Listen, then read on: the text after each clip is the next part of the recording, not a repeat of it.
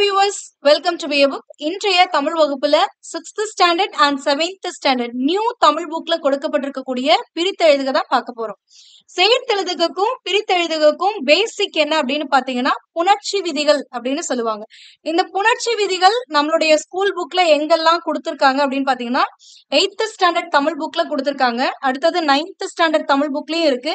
அதுக்கு அடுத்து 11th standard பொது தமிழ் புத்தகத்துல கொடுத்திருக்காங்க. இந்த 3 புத்தகங்கள்ல கொடுக்கப்பட்டிருக்கக்கூடிய புணர்ச்சி விதிகளுக்கான செப்பரேட் வீடியோ கிளாஸஸும் நம்ம ப்ரொவைட் பண்ணிருக்கோம். அதுக்கான லிங்க் இந்த வீடியோட டிஸ்கிரிப்ஷன்ல கொடுத்திருக்கேன், செக் பண்ணிக்கோங்க. புணர்ச்சி விதிகளை படிச்சதுக்கு அப்புறமா சேர்த்தெழுதுக பிரித்தெழுதுக எழுதும் பொழுது உங்களால பிழை இல்லாம இந்த பகுதியை ஹேண்டில் பண்ண முடியும். ஓகேங்களா? சோ அதனால ஃபர்ஸ்ட் புணர்ச்சி விதிகளை கத்துக்கோங்க. ப்ரீவியஸ் கிளாஸ்ல நம்ம என்ன பார்த்தோம்னா இதே 6th standard 7th standard new புக்ல கொடுத்திருக்கக்கூடிய சேர்த்தெழுதுக பார்த்திருக்கோம். சோ இன்கேஸ் நீங்க அந்த வீடியோ கிளாஸ் பார்க்கல அப்படின்னா அதற்கான வீடியோ லிங்க்குமே இந்த வீடியோட டிஸ்கிரிப்ஷன்ல கொடுத்திருக்கேன், செக் பண்ணிக்கோங்க. சேர்த்தெழுதுகவை பொறுத்த வரைக்கும் 2 சொற்களை சேர்த்து எழுதும் பொழுது இப்ப எதிர்கூட்டல் ஒலித்தது அப்படிங்கும் பொழுது எப்படி இது எதிர் ஒலித்ததாக மாறுனுச்சு, எப்படி இரு ஓவும் சேர்ந்து ரோவாக மாறுச்சு, இதுக்கு பின்னாடி இருக்கக்கூடிய விதி என்ன, அதே மாதிரி தன்னாடு அப்படிங்கறதுல தன் கூட்டல் நாடு அப்படிங்கிறது எப்படி தன்னாடாக மாற்றம் அடைஞ்சிச்சு. இங்க இந்த நா இருக்கு, ஆனா சேர்த்து எழுதும் பொழுது 2 சொல்லி நாவா மாறி இருக்கு. சோ இந்த மாதிரி எப்படி மாறுனுச்சு அப்படிங்கிறதுக்கான டீடைல்டு எக்ஸ்பிளனேஷனோட தான் உங்களுக்கு சேர்த்தெழுதுக கொடுத்திருக்கோம். சோ அதனால உங்களுக்கு ஆல்மோஸ்ட் புணர்ச்சி விதிகள் அதை எப்படி அப்ளை பண்ணுங்கிறதுலாம் நம்ம சேர்த்தெழுதுகளே டீடைல்டா பார்த்ததுனால பிரித்தெழுதுக பொறுத்த வரைக்கும் நம்ம டைரக்டா என்ன கொடுத்திருக்காங்க அப்படிங்கறத மட்டும் பார்க்கலாம். இதுல உங்களுக்கு டிஃபிகல்ட்டா இருக்கக்கூடியதுக்கு மட்டும் நான் மறுபடியும் புணர்ச்சி விதிகள் படி சொல்றேன். ஓகேங்களா? பார்க்கலாமா? ஃபர்ஸ்ட் என்ன கொடுத்திருக்காங்க அப்படின்னு பாத்தீங்கன்னா எதிர் ஒலித்தது. எதிரொலித்தது எப்படி பிரிப்போம்? எதிர் கூட்டல் ஒலித்தது அப்படின்னு பிரிப்போம். இந்த இடத்துல உடல் மேல் உயிர் ஒன்றுவது இயல்பு அப்படிங்கிற விதிப்படி இரு கூட்டல் ஓ ரோ அப்படின்னு மாறிடும். ஓகேங்களா? அடுத்தது தான் ஒரு அப்படிங்கறது எப்படி பிரிப்போம்? தான் கூட்டல் ஒரு அப்படின்னு பிரிக்கலாம். தன்னாடுங்கிறது தன் கூட்டல் நாடு அப்படின்னு பிரிக்கலாம். சோ இதுல தன் கூட்டல் நாடு என்னவா எப்படி இந்த 2 சொல்லி நாவா மாற்றம் அடைந்தது அப்படின்னு பாத்தீங்கன்னா உங்களுக்கு முதல்ல கொடுத்திருக்கிறது நிலைமொழி அப்படின்னு சொல்லுவாங்க. அதாவது முதல் வார்த்தையை நிலைமொழி அப்படின்னு சொல்லுவாங்க. ஃபர்ஸ்ட் வேர்டு என்னது? நிலை மொழி. அதுவே ரெண்டாவதா கொடுத்திருக்கக்கூடிய வேர்டை என்னன்னு சொல்லுவாங்கன்னா வருமொழின்னு சொல்லுவாங்க. இதை பத்தி நம்ம புணர்ச்சி விதிகள்ல பார்த்திருக்கோம். இந்த நிலைமொழியோடைய இறுதி எழுத்தானது இங்க என்ன இருக்கு? ஃபர்ஸ்ட் வார்த்தையோடைய இறுதி எழுத்து இன்னு இருக்கா? இந்த மாதிரி நகரமாகவோ அல்லது லகரமாகவோ வந்திருந்து வருமொழியுடைய முதல் எழுத்து தகரமாகவோ நகரமாகவோ இருந்தால் ஒன்று திரிபடையும், இல்லைன்னா கெட்டுவிடும். இந்த ரெண்டுல ஏதாவது ஒண்ணு நடக்கும். அதாவது முதல் வார்த்தையில நகரம் நகரம் அப்படின்னா இன்னு வரிசையில வருது. ஓகேங்களா? இன்னு வரிசையில வந்தாலோ இல்லது லகரமாக வந்திருந்து வருமொழி ரெண்டாவதா கொடுத்திருக்கக்கூடிய வார்த்தையுடைய முதல் எழுத்து தால இத்து வரிசையில ஆரம்பிச்சாலோ அல்லது இந்து வரிசையில ஆரம்பிச்சாலோ அது ஒண்ணு இல்லாம போயிடும், இல்லைன்னா மாற்றம் அடையும். எப்படி மாற்றம் அடையும் அப்படின்னா தகரமா இருந்தா ரகரமாகவும் நகரமாக இருந்தா நகரமாகவும் திரிபடையும். ஓகேங்களா? சோ இங்க அதே கண்டிஷன் படி வந்திருக்கா? தன் கூட்டல் நாடு இதை சேர்த்தெழுத சொல்றாங்க. சோ சேர்த்தெழுதும் பொழுது நிலைமொழியுடைய இறுதி எழுத்து நகரமாக வந்திருக்கு. அப்ப நகரமாக வந்திருக்கும் பொழுது வருமொழியை நான் பாக்குறேன். வருமொழியில நகரமாக வந்திருக்கு. ஏன்னா நாங்கிறது எப்படி பிரிப்போம்? இந்து கூட்டல் ஆ அப்படின்னு பிரிப்போம். அப்ப நகரமாக வந்திருக்கிறதுனால இந்த நகரமும் என்னவா மாறிடும் அப்படின்னா நகரமாக மாறிடும். அப்போ தன்னாடு அப்படிங்கும் பொழுது இன்ன கூட்டல், அப்ப இது இன்னு கூட்டல் ஆன்னு மாறிடும். இந்து கூட்டல் ஆங்கிறது இன்னு கூட்டல் ஆன்னு மாறிடும். இன்னு கூட்டல் ஆ என்னது? நாடு நா அப்படின்னு வந்துடும். அப்ப தன் கூட்டல் நாடு இயல்பாக புணர்ந்து தன்னாடு அப்படின்னு மாற்றம் அடையும். ஓகேங்களா? சோ இந்த விதியை நோட் பண்ணிக்கோங்க. நிலைமொழியில் லகரம் நகரம் வந்திருந்து வருமொழியின் முதலெழுத்து தகரமாகவோ இத்து வரிசையிலோ இந்து வரிசையிலோ வந்தால் ஒன்று திரிபடையும், இல்லைன்னா கெடும். கெடும்னா அந்த எழுத்து நீங்கியும் போயிடும். ஒரு சில நேரங்கள்ல நீங்கிரும், ஒரு சில நேரங்கள்ல திரிபடையும். இங்க திரிபடைந்திருக்கு. ஓகேங்களா? நீங்கிறது பின்னாடி வரும், பார்க்கலாம். அடுத்தது மலை அளவு. இதை எப்படி பிரிக்கலாம்? மலை கூட்டல் அளவு அப்படின்னு சொல்லலாம். நாடென்ப அப்படின்னா நாடு கூட்டல் என்ப அப்படின்னு பிரியும். இன்சொல் அப்படின்னா இனிமை கூட்டல் சொல். இந்த இனிமை கூட்டல் சொல்ல சேர்த்தெழுதும் பொழுது ஒரு சிலர் மிஸ்டேக் பண்ணிடுவீங்க. இதற்கான என்ன விதி அப்படின்னு பாத்தீங்கன்னா இனிமை கூட்டல் சொல் இது ஒரு பண்பு பெயர் அப்படின்னு சொல்லலாம். ஏன்னா மை விகுதி இருக்கு, அப்ப பண்பு பெயர். அப்ப இது ஒரு பண்பு பெயராக இருக்கும் பொழுது புணர்ச்சி விதியில முதல் விதி என்ன யூஸ் பண்ணும் அப்படின்னு பாத்தீங்கன்னா ஈறுபோதல் அப்படிங்கிற விதியை யூஸ் பண்ணும். அப்ப ஈறுபோதலை யூஸ் பண்ணீங்க அப்படின்னா இந்த மை அப்படிங்கிறது கேன்சல் ஆயிடும். முதல்ல இருக்கக்கூடிய வார்த்தையோடைய இறுதி எழுத்து தான் ஈறு அப்படின்னு சொல்லுவோம். அந்த ஈறுங்கிறது போயிடும். அப்ப இது எப்படி மாறும் அப்படின்னா இனி கூட்டல் சொல் அப்படின்னு மாறும். இப்ப இனி சொல்னு தானே மேம் வரணும். எப்படி இங்க இன் சொல் ஆச்சு அப்படின்னு பாத்தீங்கன்னா இந்த மை விகுதி போனதுக்கு அப்புறம் இன்னொரு விதியை பயன்படுத்துவாங்க. அது என்ன விதி அப்படின்னா ஈற்றியல் உயிர்கெடல் விதி அப்படிங்கிறது. அது என்ன ஈற்றியல் உயிர்கெடல் அப்படின்னா இறுதியில் இருக்கக்கூடிய ஈறு அப்படின்னா இறுதி. அப்ப இறுதியில இருக்கக்கூடிய உயிரெழுத்தானது கெட்டு போகும். இதுல இனி அப்படிங்கிறதுல நீங்கிறது எப்படி பிரிக்கலாம்? இன்னு கூட்டல் ஈன்னு பிரிக்கலாமா? சோ அப்ப இதோட இறுதி எழுத்து என்னவாக இருக்கிறது? ஒரு உயிரெழுத்தாக இருக்கிறது. இந்த உயிரெழுத்தானது கெட்டுவிடும். சோ அப்ப கெட்டுடுச்சு அப்படின்னா இது என்ன ஆயிடும்? இன் கூட்டல் சொல் அப்படின்னு மாறிடும். கெட்டு விடும் அப்படின்னா மறைஞ்சு போயிடும் அப்படின்னு அர்த்தம். வேற ஒண்ணுமே இல்லை. இப்படித்தான் இது இன்சொல்லாக மாற்றம் அடைந்திருக்கு. இதையும் நோட் பண்ணிக்கோங்க. இது எப்ப அப்ளிகபிள் அப்படின்னா பண்பு பெயர் புணர்ச்சியில தான் அப்ளிகபிள். மை விகுதி போனதுக்கு அப்புறம் ஒரு உயிரெழுத்து இருக்கு அப்படிங்கும் பொழுது அந்த உயிரெழுத்து நீங்கலாம். ஓகேங்களா? சோ எல்லா நேரத்திலயும் இப்படி ஆகுமா? எல்லா நேரத்திலயும் மை விகுதி போனதுக்கு அப்புறம் ஒரு உயிரெழுத்துல முடியுதுன்னா அந்த உயிரெழுத்து நீங்கி விடுமானா கிடையாது. ஒரு சில நேரங்களில் மட்டுமே. இப்போ இன்சொல் அப்படிங்கிறது மாறும். இனி கூட்டல் சொல்லும் போது இனி சொல் அப்படின்னு சொல்ல மாட்டோம். இன்சொல் அப்படிம்போம். ஓகேங்களா? சோ ஒவ்வொரு வார்த்தைக்கும் ஒவ்வொரு விதிகள், பல விதிகள் இருக்கு. எல்லாத்தையும் எல்லா இதுக்கும் எல்லா வேர்ட்ஸ்க்கும் அப்ளிகபிள் ஆகாது. இப்போ மேக்ஸ்ல வந்து இதுதான் ஃபார்முலா, இந்த ஃபார்முலா படி இது எப்படி கொஸ்டின் கொடுத்தாலும் இந்த ஃபார்முலாவை நீங்க யூஸ் பண்ணலாம் அப்படிம்போம்ல, அந்த மாதிரி கிடையாது தமிழ்ல. தமிழ்ல ஒவ்வொரு வார்த்தைக்கும் ஒவ்வொரு மாதிரி மாற்றம் அடையலாம். ஓகேங்களா? அடுத்தது ஞானச்சுடர் அப்படிங்கறது எப்படி பிரிக்கலாம்? ஞானம் கூட்டல் சுடர் அப்படிங்கிற பிரிக்கலாம். மகர ஒற்று நீங்கும். அதுக்கப்புறமா இக்கு இச்சு இத்து இப்பு வரிசையில் வருவதனால இந்த இடத்துல ஒரு ஒற்றானது தொடங்கும். ஏன்னா சு அப்படிங்கிறது இச்சு வரிசையில தொடங்கக்கூடியது. அப்ப இந்த இடத்துல இச்சுங்கிறது தோன்றும். ஓகேங்களா? தேர்ந்தெடுத்து அப்படிங்கறது எப்படி பிரிக்கலாம்? தேர்ந்து கூட்டல் எடுத்து. நீர் உலையில், நீர் கூட்டல் உலையில் அப்படின்னு பிரிக்கலாம். கரைந்துண்ணும் அப்படின்னா கரைந்து கூட்டல் உண்ணும். எழுத்தென்ப, எழுத்து கூட்டல் என்ப. செப்பேடு, செப்பு கூட்டல் ஏடு அப்படின்னு பிரிக்கலாம். அடுத்தது கோட்டோவியம், எல்லாரும் மிஸ்டேக் பண்ணக்கூடிய ஒரு பகுதின்னு சொல்லலாம். இதுல கோட்டு கூட்டல் ஓவியம் அப்படின்னு பிரிக்க கூடாது, கோடு கூட்டல் ஓவியம்னு தான் பிரிக்கணும். இதுதான் சரியான விடை. ஓகேங்களா? இது எப்படி வந்துச்சு அப்படிங்கறத பார்க்கலாம். இப்ப கோடு கூட்டல் ஓவியம்னு கொடுத்துட்டு இத சேர்த்து எழுத சொல்றாங்கன்னா கோடு ஓவியம்னு எழுதிடக்கூடாது, கோட்டோவியம் எழுதணும். ஏன் அப்படின்னு பாத்தீங்கன்னா இந்த முதல்ல வரக்கூடிய சொல்லானது ஒரு நெடில் தொடர் குற்றியல் உகரம் அப்படின்னு சொல்லுவாங்க. அது என்ன குற்றியல் உகரம் அப்படின்னா கு சு டு து உ ரு, அதாவது வல்லின ஒற்று உகரம் ஏறி வருவதனை குற்றியல் உகரம். இக்கு இச்சு இட்டு இத்து இப்பு இரு, இந்த இதுதான் வந்து வல்லின ஒற்றுன்னு சொல்லுவோம். கசட தபரன்னு சொல்றோம்ல, அதோடைய ஒற்றுனா மெய்யெழுத்தாக இருப்பதுதான் இக்கு இச்சு இத்து இட்டு இப்பு இரு. இந்த 6 எழுத்துக்களும் உகரமேற்று வந்துச்சு அப்படின்னா கு சு டு து புரு ஆக மாறும். அதாவது இக்கு கூட்டல் ஊ அப்படிங்கிறது என்னது? கு. இச்சு கூட்டல் ஊ சு, இட்டு கூட்டல் ஊ டு, இத்து கூட்டல் ஊ து, இப்பு கூட்டல் ஊ பு, இரு கூட்டல் ஊ ரு. சோ இந்த மாதிரி உகரம் அப்படின்னா ஊ எழுத்து சேர்ந்து வருது. அப்ப உகரம் ஏறி வந்துச்சுன்னா இத குற்றியல் உகரம்னு சொல்லுவாங்க.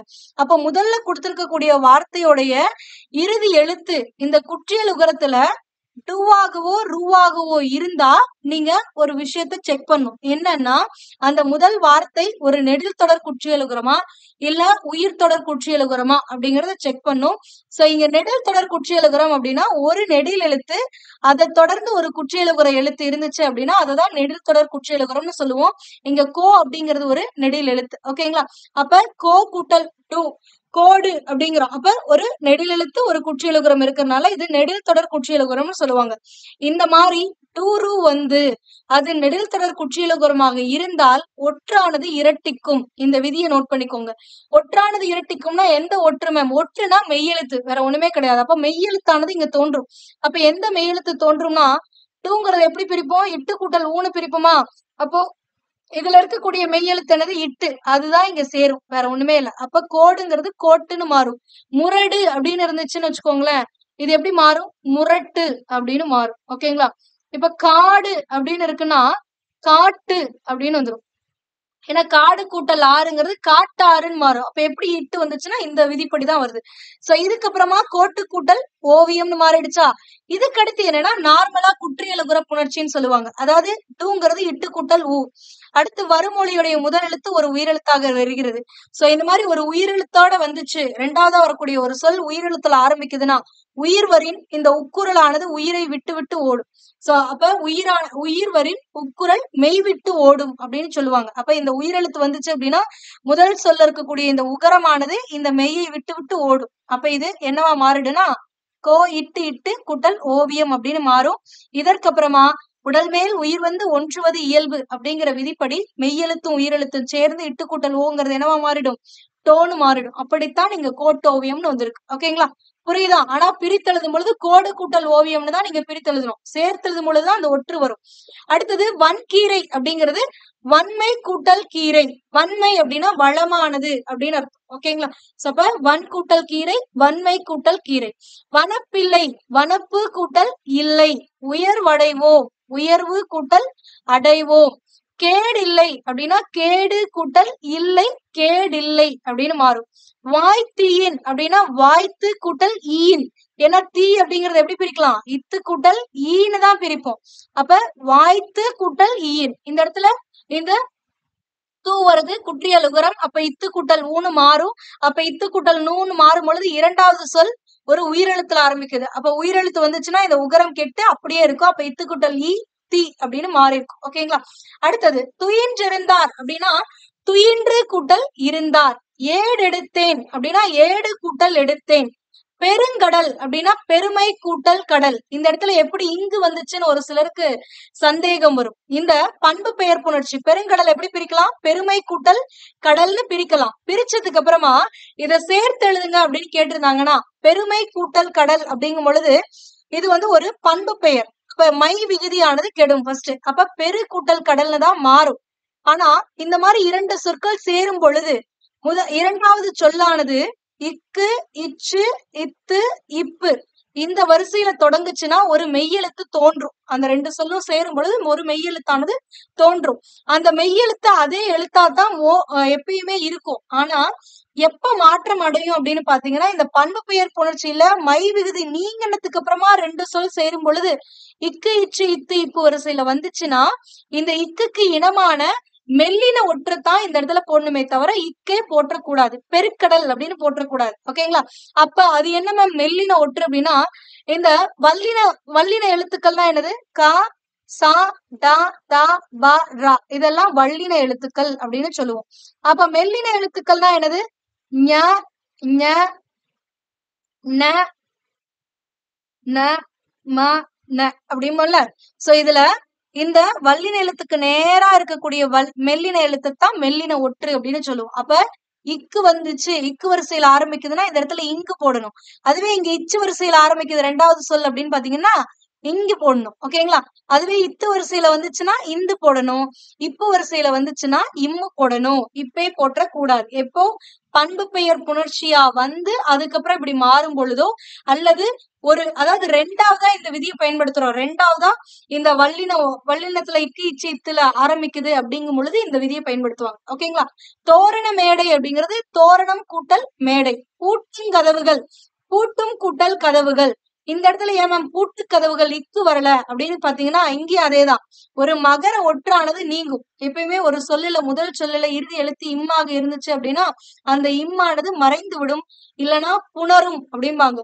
சோ இந்த இடத்துல இம்மானது என்னவாகுது அப்படின்னு பாத்தீங்கன்னா புணருது, இம்மானது இங்காக மாற்றமடையுது. ஏன் அப்படின்னா இரண்டாவது இருக்கக்கூடிய சொல் இக்கு இச்சு இத்து இப்பு வரிசையில் வந்து முதல் சொல்லின் இறுதி எழுத்து இம்மாக இருந்தால் அந்த எழுத்தானது இந்த இரண்டாவது சொல்லிற்கு இணையான மெல்லின ஒற்றாக மாற்றம் அடையும் அப்படிம்பாங்க. அப்ப இக்குன்னு இருக்குன்னா இந்த இம்மானது இங்காக மாற்றம் அடைஞ்சிரும். ஓகேங்களா, அதனாலதான் இங்க பூட்டும் கதவுகள்னு வந்திருக்கு. யாண்டு உளனோ அப்படின்னா யாண்டு கூட்டல் உளனோ, யாதெனின் யாது கூட்டல் எனின். பொருள் செல்வம் அப்படிங்கும் பொழுது பொருள் கூட்டல் செல்வம். இதுவுமே ஒரு முக்கியமான விதிதான். இப்ப இதை சேர்த்து சொல்றாங்கன்னா இக்கு இச்சு இத்து இப்பு வரிசையில வந்துச்சுன்னா இந்த இடத்துல ஒரு ஒற்று வரணும், இச்சேதான் வரணும். ஆனா இந்த இடத்துல என்னன்னா இந்த மாதிரி ரெண்டாவது ஆரம்பிக்கக்கூடிய சொல் இக்கு இச்சு இத்து இப்புல வந்து முதல் சொல்லுடைய இறுதி எழுத்து இல்லாக இருந்தால் இட்டாக மாற்ற முடியும். அதே மூணு சொல்லி இன்னா இருந்துச்சு அப்படின்னா அதுவும் இட்டா மாற்ற முடியும். ஆனா குண்டு இல்லா இருந்துச்சு அப்படின்னா இர்ராக மாற்றமடையும். அதே மாதிரி 2 சுழி இன்னாக இருந்தாலும் இர்ராக மாற்றமடையும். எப்போ இரண்டாவது சொல்லானது இக்கு, இச்சு, இத்து, இப்பு வரிசையில் வந்து முதல் சொல்லின் இறுதி எழுத்து இல்லாகவோ 3 சுழி இன்னாகவோ இருந்தால் இட்டாக மாற்றமடையும். இதுவே குண்டு இல்லாகவோ அல்லது 2 சுழி இன்னாகவோ இருந்தால் இற்றாக மாற்றமடையும். சோ இங்க இச்சு வரிசையில ஆரம்பிக்குது செல்வம் அப்படிங்கிறது. அப்போ இல் வரதுனால இட்டுன்னு இந்த இடத்துல மாறிடும். அப்போ பொருட்செல்வம் அப்படின்னு மாறிடும். ஓகேங்களா? அடுத்தது அனைத்துண்ணி அப்படிங்கும் பொழுது அனைத்து கூட்டல் உண்ணி அப்படின்னு பிரிக்கலாம். மனம் இல்லை அப்படிங்கறத எப்படி பிரிப்போம்? மனம் கூட்டல் இல்லை அப்படின்னு பிரிக்கலாம். பெயர் அறியா அப்படிங்கறத பெயர் கூட்டல் அறியா அப்படின்னு பிரிக்கலாம். காடெல்லாம் அப்படிங்கிறது காடு கூட்டல் எல்லாம் அப்படின்னு பிரிக்கலாம். அடுத்தது குரல் ஆகும் அப்படிங்கிறது குரல் கூட்டல் ஆகும். இரண்டல்ல அப்படின்னா இரண்டு கூட்டல் அல்ல அப்படின்னு பிரியும். தந்துதவும் தந்து கூட்டல் உதவும். பாலை எல்லாம் பாலை கூட்டல் எல்லாம். இது எப்படி இந்த இடத்துல ஏ வந்துச்சுங்கிறது நம்ம புணர்ச்சி விதியில பார்த்திருக்கோம். இது ஒரு உடன்படு மெய். அதாவது பாலை அப்படிங்கும் பொழுது ஐல முடியுது, ஒரு உயிரெழுத்துல முடியுது.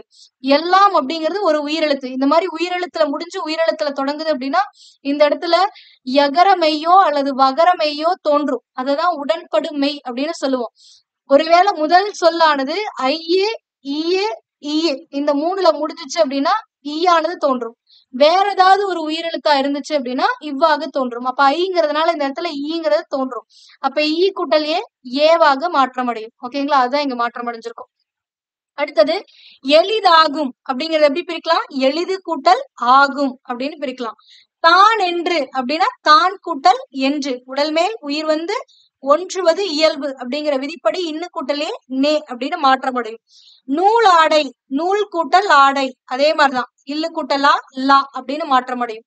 விரிவடைந்த அப்படின்னா விரிவு கூட்டல் அடைந்த அப்படின்னு பிரிக்கலாம்.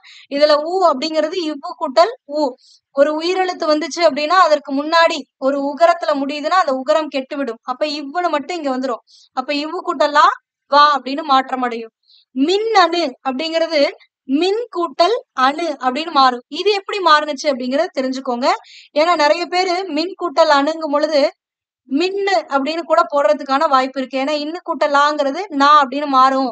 சோ அதனால மின்னணு அப்படின்னு போட்டுறாதீங்க. இது தவறானது. ஏன் தவறு அப்படின்னு பாத்தீங்கன்னா இந்த மாதிரி ஒரு இரண்டாவது சொல்லில் முதல் எழுத்து உயிரெழுத்தாக வந்து இது ஆங்கிறது என்னது? ஒரு உயிரெழுத்து. இந்த மாதிரி உயிரெழுத்து வந்து அதற்கு முன்னாடி இருக்கக்கூடிய முதல் சொல்லானது குறில் எழுத்தும் ஒரே ஒரு மெய்யெழுத்தும் சேர்ந்து இருந்துச்சு அப்படின்னா அந்த மெய்யெழுத்தானது இரட்டிக்கும். குறில் ஒற்று வரின் மெய் இரட்டிக்கும் அப்படிம்பாங்க. குறில் ஒற்று இரட்டிக்கும் அப்படிம்பாங்க. சோ மீ அப்படிங்கிறது ஒரு குறில் எழுத்து, அதோடய ஒரு மெய்யெழுத்து இருக்கு அப்படின்னா இந்த மெய்யெழுத்து இன்னொரு வாட்டி தோன்றும். ஏன்னா ஒரு குறில் எழுத்து ஒரு மெய்யெழுத்து இருக்கிறதுனால 2 எழுத்து இருக்கு, அதுல ஒண்ணு குறில் இன்னொன்னு மெய்னா அந்த மெய்யெழுத்தானது இன்னொரு முறை தோன்றும் இந்த விதிப்படி. அப்ப மின் கூட்டல் இன் அப்படின்னு தோன்றிடும். அதுக்கப்புறம் அணுன்னு இருக்கும். சோ இப்ப இதை சேர்த்து எழுதும் பொழுதுதான் உடல் மேல் உயிர் ஒன்றுவது இயல்பு அப்படிங்கிற விதிப்படி இன்னு கூட்டலா நானும் மாறும். மின்னணு அப்படின்னு மாறிடும். ஓகேங்களா? சோ இது தெரிஞ்சுக்கோங்க. அடுத்தது மூச்சடக்கி அப்படின்னா மூச்சு கூட்டல் அடக்கி. கதிர்ச்சுடர் அப்படின்னா கதிர் கூட்டல் சுடர். இந்த இடத்துல இரண்டாவதா வரக்கூடிய சொல் இச்சு வரிசையில தொடங்குது. இக்கு, இச்சு, இத்து, இப்பு இந்த வரிசையில வந்துச்சுன்னா இந்த ஒற்று வரும். அப்ப இச்சுல தொடங்குறதுனால இந்த இடத்துல இச்சுங்கிற ஒரு ஒற்றானது தோன்றும் சேர்த்து எழுதும் பொழுது. நானிலம் ரொம்பவே முக்கியமான ஒரு விஷயம். ஏன்னா இது புணர்ச்சி விதிகள் நீங்க தேடினீங்கன்னா தெரியாது. அதாவது உங்களுக்கு கூகுள்ல கொடுக்கல, டைரக்டா கிடைக்காது. ஆனா நீங்க முயற்சி பண்ணீங்கன்னா உங்களுக்கு கிடைக்கும். என்ன அப்படின்னு பாத்தீங்கன்னா நானிலம் அப்படிங்கறத எப்படி பிரிக்கணும்னா நிறைய பேரு நா கூட்டல் நிலம்னு பிரிச்சிருவீங்க. நா கூட்டல் நிலம் சேர்த்து எழுதும் பொழுது நானிலம் அப்படின்னு வந்துருன்னு. ஆனா இது தவறானது. ஓகேங்களா? இது எப்படி பிரிக்கணும் அப்படின்னா 4 கூட்டல் நிலம்னு தான் பிரிக்கணும். அப்ப சேர்த்து எழுதும் போது எப்படி மேம் நிலம் நானிலம்னு மாறுது அப்படின்னு கேட்டீங்கன்னா 4 கூட்டல் நிலம். ஓகேங்களா? இந்த 4 அப்படிங்கிறது ஒரு எண் பெயர். இந்த மாதிரி எண் பெயர் வரும் பொழுது ஈரெழுத்தானது மறையும். ஓகேங்களா? இப்போ 4 கூட்டல் நிலத்துல கூ அப்படிங்கிறது மறையும். இப்போ 3000 அப்படிங்கும் பொழுது 3 கூட்டல் 1000 3000. அதுல இன்னு ட்ரூ ரெண்டுமே மறைஞ்சிரும். 3000ன்னு மாறும்.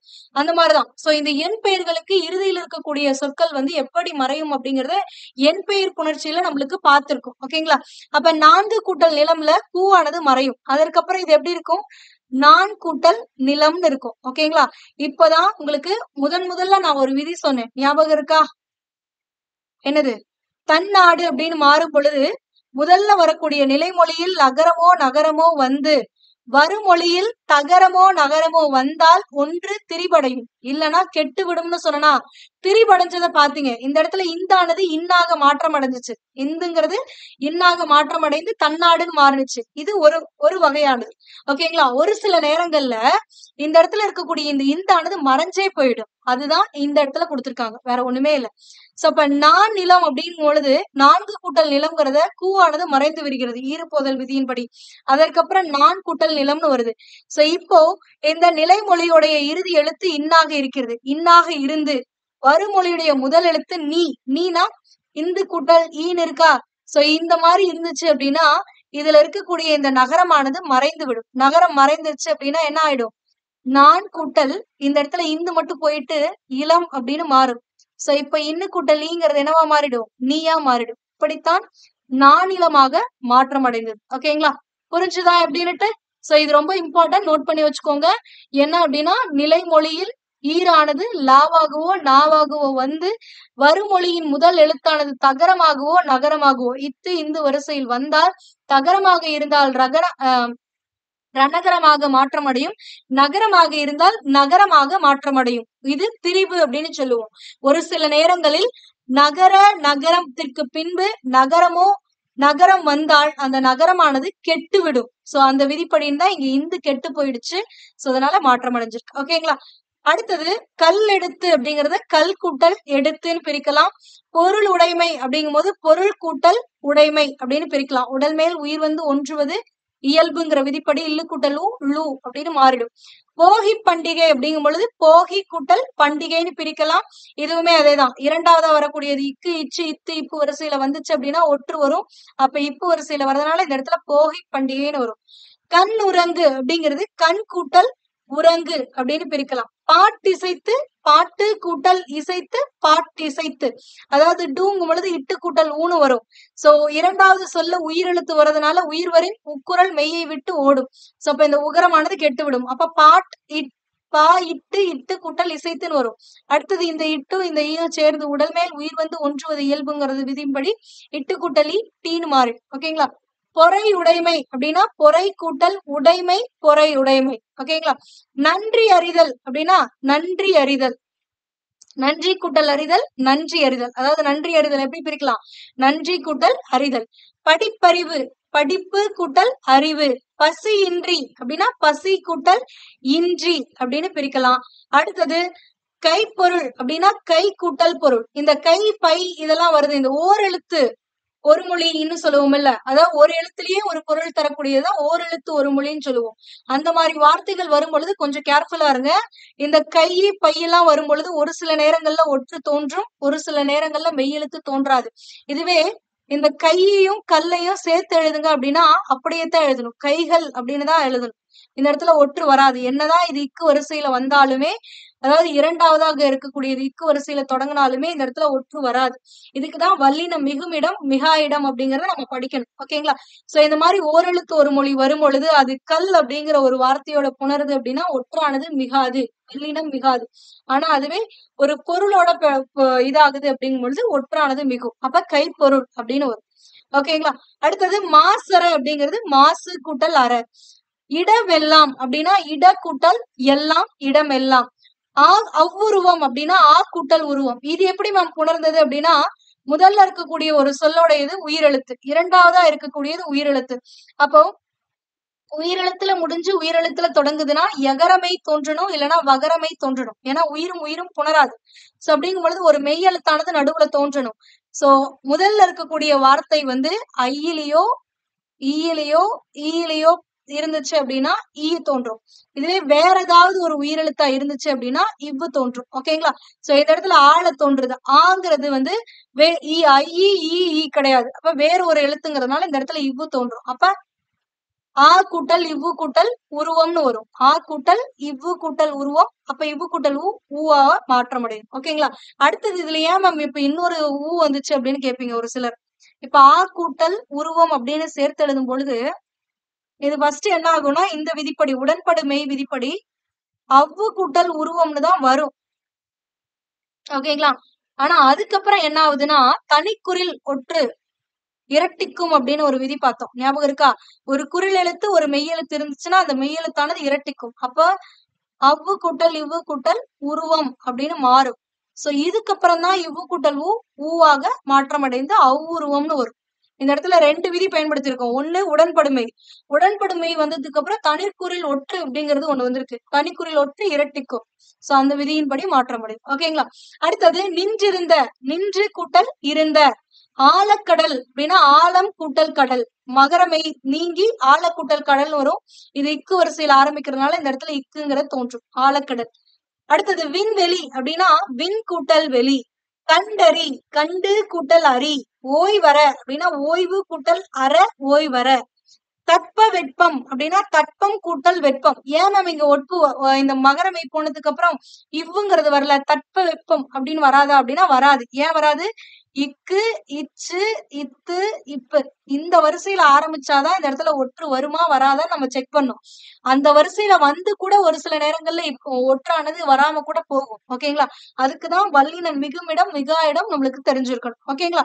சோ இந்த இடத்துல இவ்வு வரிசையில ஆரம்பிக்கிறதுனால தட்ப வெப்பம்னு மாற்றம் அடையும். வேதி உரங்கள் அப்படின்னா வேதி கூட்டல் உரங்கள். நிலத்தின் இடையே நிலத்தின் கூட்டல் இடையே நிலத்தின் இடையே. ஓகேங்களா? அடுத்தது நன்மாடங்கள் அப்படின்னா நன்மை கூட்டல் மாடங்கள். பொற்கோடு அப்படின்னா பொன் கூட்டல் கோடுன்னு பிரியும். நம்ம ஆல்ரெடி சொல்லியிருக்கோம்.